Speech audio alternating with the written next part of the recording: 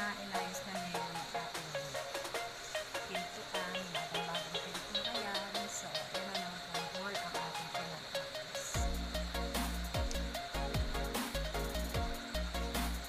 So, yan po talaga ang ating ganap pag Brigada Eskwela. So, every year, meron tayong ginagawa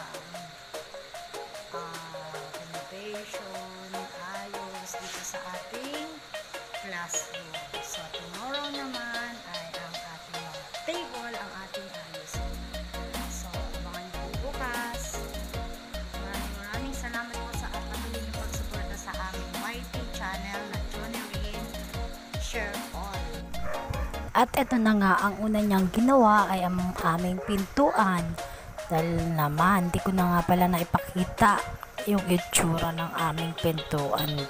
Kasi nabisi na rin ako habang si Agong ay gumagawa dito sa aking room. Ako naman ay nabisi sa pagpapacheck ng aking IPCRF. So, nagpa-validate tayo kanina.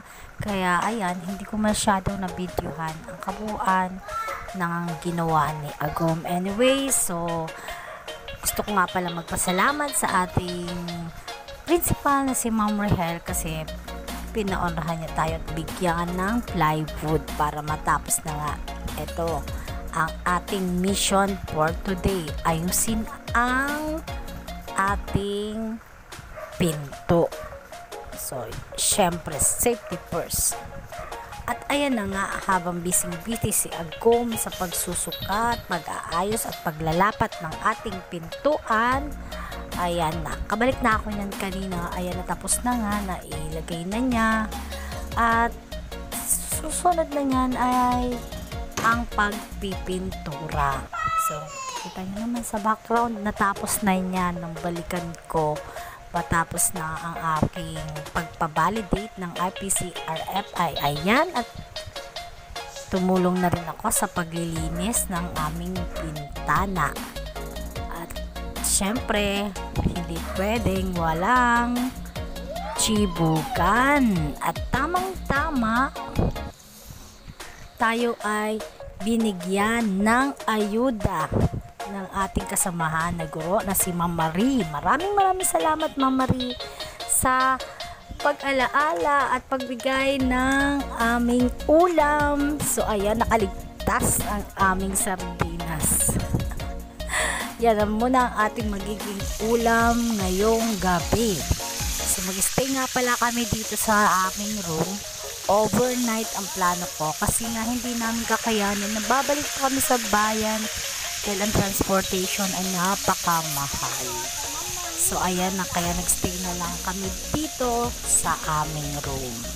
So, ayan na nga, habang nagpipintura si Agom, ako naman ay abala sa pagpiprito. Ayan, don't worry. Dito lang tayo sa likod ng ating classroom nagluto. So, ayan na nga, at medyo dumidilim-dilim na rin. Kaya, maaga talaga akong nagluto at nagprepare ng aming kakainin. At tingnan nyo naman, kahit gabi na yan ay talaga namang kailangan tapusin ni Agom ang pagpipintura kasi nga hanggang bukas kami mag-i-stay dito sa school. So, ayan na nga, at aming tinatapos na yung mga dapat namin gawin para maging ready na ang aming classroom. So, Operation Baklas nga pala tayo ngayon. Ayon kay sa ating DepEd Secretary na si Sara Duterte. So, ayan nga, pinaklas na namin ang lahat ng dapat baklasin. So far, medyo tinatapos na lang ng konti ni Agom yung kanyang dapat gawin. Siyempre, marami akong ipapagawa kay Agom. Hindi ko yun magagawa mag-isa. Kailangan ko talaga ng aking partner. So, at tanging siya lang ang pwede kong lambingin pagdating sa ganitong mga bagay. Anyway, taon-taon, ito na ang aming ginagawa, mag-partner. So, lagi niya ako tinutulungan dito sa classroom, sa lahat ng mga i-repair, lahat ng ating mga dapat gawin, project o ano pa man, lagi natin katuwang ang ating mahal na asawa. Kaya syempre, so proud ako sa aking asawa dahil so ever supportive siya sa atin dito sa